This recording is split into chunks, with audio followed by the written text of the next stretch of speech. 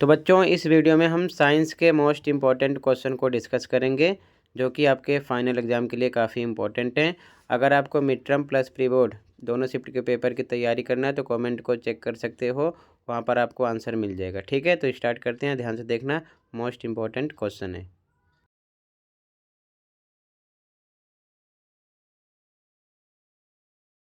Section A, पहला question है, magnesium ribbon को जलाने पर एक सफ़ेद पाउडर बनता है। एक छात्र ने इसकी प्रकृति का परीक्षण करने के लिए इसे पानी के साथ मिलाकर लाल लिटमस पेपर का इस्तेमाल किया। अपना प्रेक्षण लिखिए। मतलब जब लाल लिटमस का पानी के साथ परीक्षण करोगे तो मतलब कंडीशन क्या आएगी, तो आंसर देखो। तो 1 नंबर का क्वेश्चन है, आपको लिख देना है लाल लिटमस पेपर नीले में बदल जाएगा। ठीक है, ये आपका आंसर नंबर 1 हो जाएगा, लाल लिटमस पेपर नीले में बदल जाएगा। ओके, आगे देखो। क्वेश्चन नंबर 2, अम्लीय पदार्थ का pH निम्न के बीच होता है। तो 0 से ज़्यादा होता है और 7 तक होता है। तो ऐसे ऑप्शन में समझ लेना 0 या उससे ज़्यादा लेकिन 7 से कम। ठीक है, क्लियर है? सी ऑप्शन राइट है।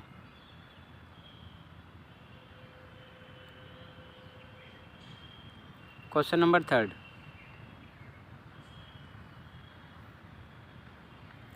एक छात्र ने सोडियम कार्बोनेट पाउडर में हाइड्रोक्लोरिक अम्ल की कुछ बूंदें डाली जिससे बुदबुदाहट के साथ एक गैस निकलती है। क्या होगा यदि इस गैस को चूने के पानी से गुजारा जाए? तो यहाँ पर 2 क्वेश्चन किए गए हैं, एक बुदबुदाहट के साथ कौन सी गैस निकलती है और दूसरा क्या होगा यदि गैस को चूने के पानी से गुजारा जाए? तो आंसर देखो। तो ये सेकंड का आंसर था। ठीक है, सेकंड में आपका सी था 0 या उससे अधिक लेकिन 7 से कम। तीसरे का आंसर देखो।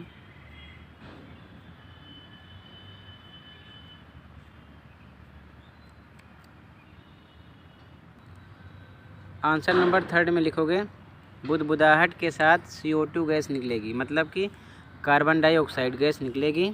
और दूसरा क्वेश्चन था तथा जब CO2 गैस को चूने के पानी से गुजारा जाए तो वह दूधिया हो जाएगा, उसका कलर चेंज हो जाएगा दूधिया रंग में। ठीक है, तो इसमें दोनों का आंसर एक साथ हो गया। बुदबुदाहट के साथ CO2 गैस निकलेगी यानी कि कार्बन डाइऑक्साइड, तथा जब CO2 गैस को यानी कार्बन डाइऑक्साइड गैस को चूने के पानी से गुजारा जाएगा तो वह दूधिया हो जाएगा। ठीक है ना, ये ध्यान में रखना। ये आंसर नंबर 3 हो गया। अगला देखो, 3 में अथवा है, उदासीनीकरण अपक्रिया किसे कहते हैं? क्या उदासीन यौगिक प्राप्त करने के लिए इस प्रतिक्रिया को करना आसान है? तो आंसर देखो। पहले कह रहा है कि उदासीनीकरण अपक्रिया किसे कहते हैं, इसमें भी 2 क्वेश्चन किए गए हैं। उसके बाद में क्या उदासीन यौगिक प्राप्त करने के लिए इस प्रतिक्रिया को करना आसान है? तो आंसर देखो। तो सबसे पहले लिखोगे अथवा में, अथवा का आंसर है ये उदासीनीकरण अपक्रिया। जब अम्ल और क्षार परस्पर क्रिया करते हैं तो लवण और जल बनता है। यह अपक्रिया ही उदासीनीकरण अपक्रिया कहलाती है। उदाहरण भी लिख दो, NaOH plus HCl NaCl plus H2O। ठीक है, तो ये केवल उदासीनीकरण अपक्रिया हुई है। ठीक है, इसमें आपको उदाहरण का भी उदाहरण का भी मेंशन करना ज़रूरी नहीं है। ठीक है, चाहो तो आप इतना ही लिख सकते हो। फिर आगे इसमें एक क्वेश्चन और किया गया था, उसका आंसर देखो, इसी में लिखना है और उसी लाइन में ये भी जोड़ के लिखना है, हाँ उदासीन यौगिक को प्राप्त करने के लिए इस प्रतिक्रिया को करना आसान है।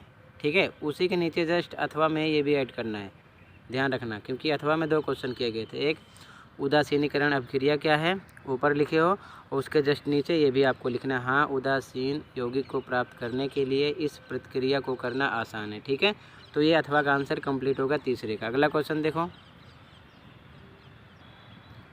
तो ये भी कंप्लीट हो गया। 2 इसमें थे अथवा में। अगला क्वेश्चन नंबर 4 है, अनैच्छिक क्रिया किन्हें कहते हैं? मस्तिष्क का कौन सा भाग सामान्यतः इन गतिविधियों को नियंत्रित करता है? तो इसमें भी 2 क्वेश्चन किए गए हैं। एक तो है अनैच्छिक क्रिया किन्हें कहते हैं, दूसरा कौन सा भाग इन पर नियंत्रण करता है। आंसर देखो 4 का।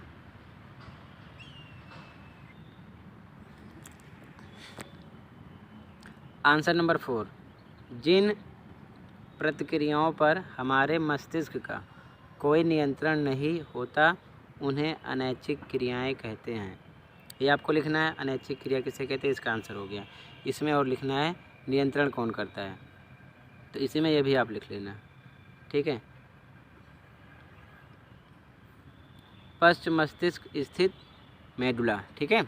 ऊपर क्वेश्चन है दूसरा जो किया गया था, अनैच्छिक क्रियाओं को मस्तिष्क का कौन सा भाग नियंत्रित करता है, तो पश्च मस्तिष्क स्थित मेडुला। तो इसमें 2 क्वेश्चन थे, दोनों का आंसर है, ठीक है ना। तो ये नियंत्रित करता है, ठीक है, ध्यान रखना। और ये अनैच्छिक क्रिया है। ये आंसर 4 हो गया। टोटल करके लिखना एक साथ, ठीक है। आगे देखो अगला क्वेश्चन नंबर 5,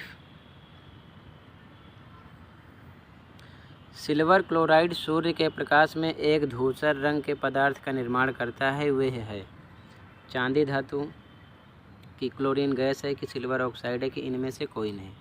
तो यहाँ पर आपका राइट आंसर है चांदी धातु, ये ऑप्शन राइट है, ठीक है। अगला क्वेश्चन 6, एक कृत्रिम सूचक जो क्षारीय प्रकृति के पदार्थ में गुलाबी हो जाता है, कौन सा है? हल्दी पत्रक है कि मिथाइल ऑरेंज है कि फेनोल पिथलीन है कि पीएच पेपर है। तो यहाँ पर आपका सी ऑप्शन राइट है, फेनोलोप्थिलीन, ठीक है ना। ये आपका हो जाएगा सी ऑप्शन राइट है। अगला देखो क्वेश्चन 7, जब सोडियम सल्फेट के विलयन को बेरियम क्लोराइड के विलयन में मिलाया जाता है तो यह एक सफ़ेद अवक्षेप बनाता है। अब 2 क्वेश्चन किए जा रहे हैं, उनके आंसर हमको देने हैं। पहला कह रहा है कि ए, इसके निर्माण में किस प्रकार की अभिक्रिया शामिल है? इसके निर्माण में किस प्रकार की अभिक्रिया शामिल है? दूसरा, इस अभिक्रिया में सफ़ेद रंग देने वाले यौगिक का नाम लिखिए। तो इन दोनों के आंसर देख लो। तो आंसर नंबर 7 का जो फर्स्ट है उसमें आपको लिखना है इनके निर्माण में द्विविस्थापन अभिक्रिया शामिल है, ठीक है ना। द्विविस्थापन अभिक्रिया, आप दोहरी विस्थापन अभिक्रिया भी लिख सकते हो, ठीक है ना। और बी जो क्वेश्चन है जो यौगिक है वो है बेरियम सल्फेट, ठीक है। तो 7 में 2 क्वेश्चन किए गए थे, ये एक आंसर है और ये बी का आंसर है। क्लियर है? आगे देखो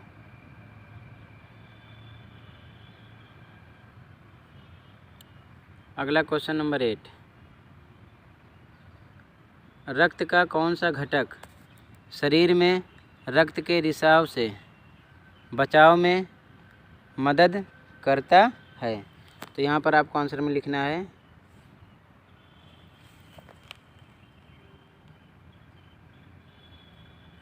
ब्लड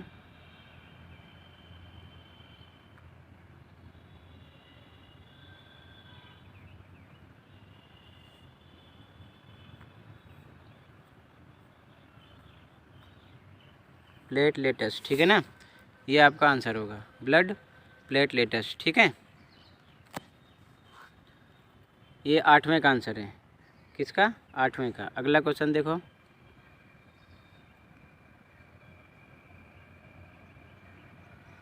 क्वेश्चन नंबर 9,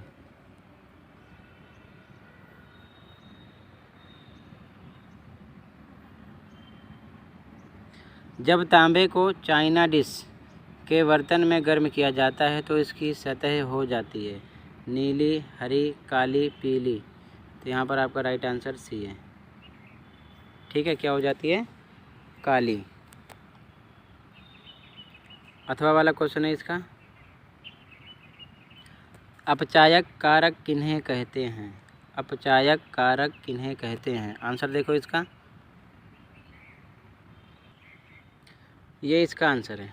ठीक है, रसायन शास्त्र में अपचायक ऐसे रासायनिक तत्व या रासायनिक यौगिक को कहते हैं जो रासायनिक अपक्रिया में एक या एक से अधिक इलेक्ट्रॉन किसी अन्य रसायन को देता है। ठीक है, ये पूरा आपको लिख लेना है आंसर में। तो आंसर हो जाएगा अपचायक किसे कहते हैं। ठीक है, आगे देखो।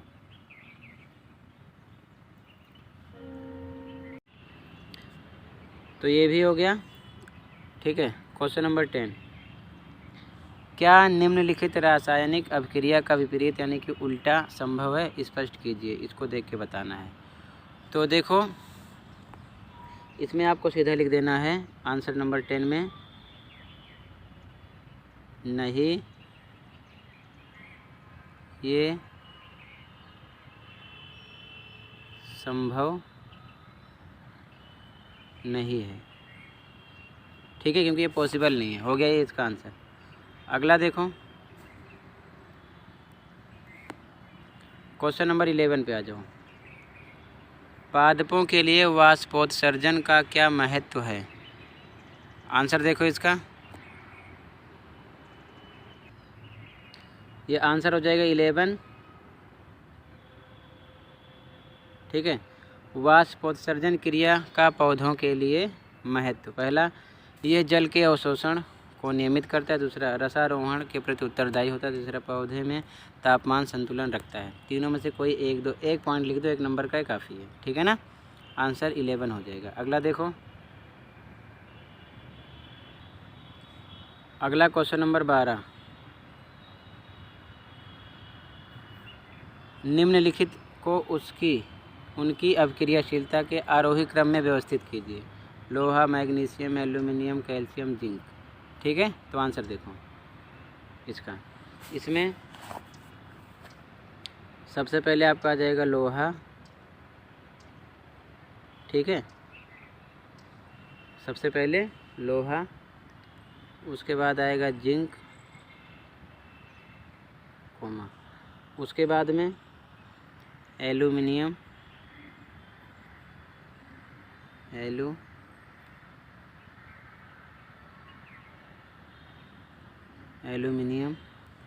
उसके बाद में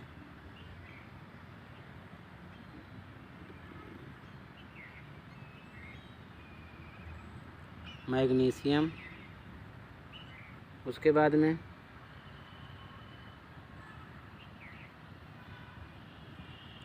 कैल्शियम। आप इसको अच्छी राइटिंग में लिख लेना। ठीक है ना, पहले आपका लोहा आएगा, उसके बाद जिंक, उसके बाद एल्यूमिनियम, उसके बाद मैग्नीशियम, उसके बाद कैल्शियम। तो ये हो जाएगा आरोही क्रम में, छोटे से बड़े की ओर। ठीक है ना, कैपेसिटी के हिसाब से।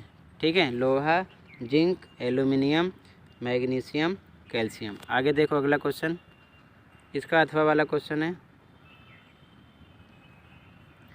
धातु के अम्ल के साथ अपक्रिया करने पर बनने वाली गैस का नाम, यानी कौन सी गैस बनती है?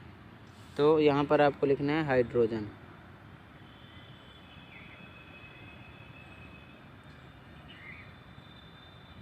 हाइड्रोजन गैस बनती है। ठीक है ना, तो जो बनने वाली गैस है हाइड्रोजन है। ठीक है, आगे देखो, अगला क्वेश्चन, आयोडीन युक्त नमक ही खाने की सलाह क्यों दी जाती है? आंसर 13। आंसर देखो, आंसर है ये आंसर नंबर 13।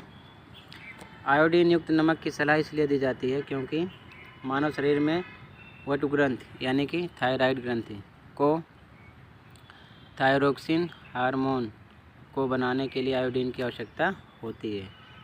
एक नंबर में काफ़ी है, और बढ़ाना है, अर्थात थायरोक्सिन के संश्लेषण हेतु आयोडीन आवश्यक है।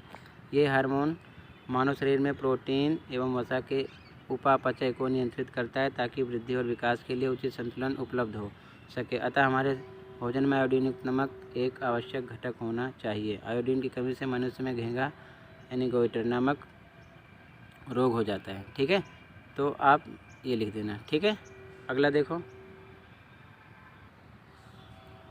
अगला क्वेश्चन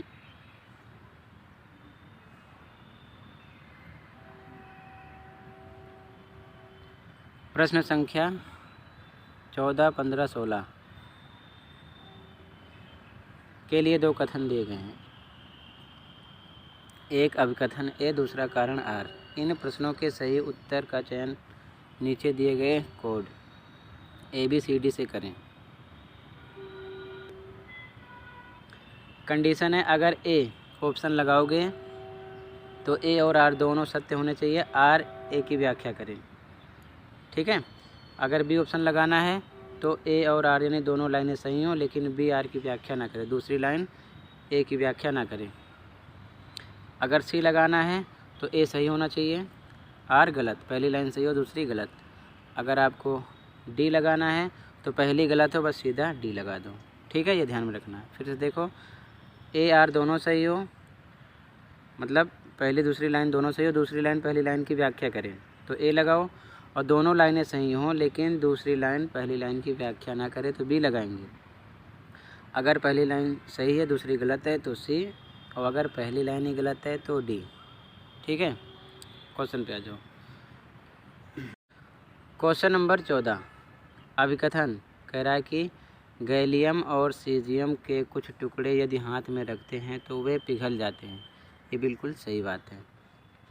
कारण में कह रहा है गैलियम और सीजियम का गलनांक बहुत कम होता है। ये भी बिल्कुल सही बात है, और कम होने के कारण वो पिघलते हैं। ठीक है, तो ये इसका एक्सप्लेन भी कर रहा है। दूसरी लाइन पहले लाइन की व्याख्या कर रही है, तो कौन सा ऑप्शन लगाना है आपको? ए। ठीक है, नहीं करते तो बी लगा देते, दोनों बातें सही होनी चाहिए थी। अथवा वाला देखो, अभिकथन एल्यूमिनियम ऑक्साइड एक उभयधर्मी ऑक्साइड है। बिल्कुल सही बात। एल्यूमिनियम ऑक्साइड अम्ल और क्षार के साथ अपक्रिया करके लवण का और जल बनाता है। ये भी सही है।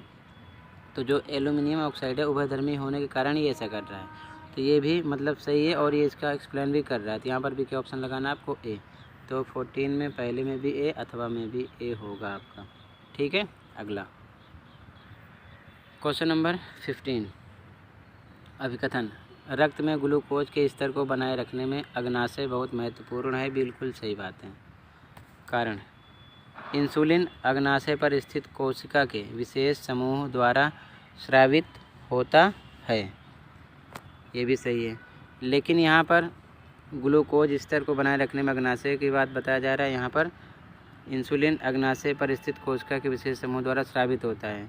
तो ये भी बातें तो दोनों सही की जा रही हैं, लेकिन ग्लूकोज के स्तर को बनाए रखने का इससे कोई लेन देन नहीं है। ठीक है, इसलिए यहाँ पर लाइन तो दोनों सही है, लेकिन दूसरी लाइन पहली लाइन की व्याख्या नहीं कर रही है, तो हम इस कंडीशन में बी लगाते हैं। बी ऑप्शन हो जाएगा। ठीक है, अगला देखो, क्वेश्चन नंबर 16 अभिकथन एक दूरदर्शी के नेत्र का लेंस का द्वारक बड़ा होता है।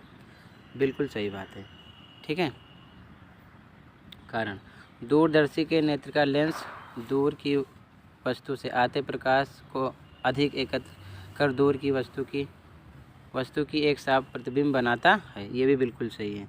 तो ये जो बड़ा होता नहीं है नेत्र का द्वारक, यही कारण है ऐसा करने के लिए। तो मतलब ये इसका एक्सप्लेन भी कर रहा है। ठीक है ना, तो जब दोनों राइट हों, दूसरी लाइन पहली लाइन की व्याख्या करे, तो ऑप्शन कौन सा लगाते हैं? ए। ठीक है, तो ए हो जाएगा इसमें। तो 1 to 16 क्वेश्चन कंप्लीट हुआ। तो बच्चों आप 1 to 16 क्वेश्चन की प्रैक्टिस कर लीजिए। बाकी का क्वेश्चन अगले वीडियो में प्रोवाइड कर दूंगा। मिलते हैं अगली वीडियो में। Thank you for watching and take care.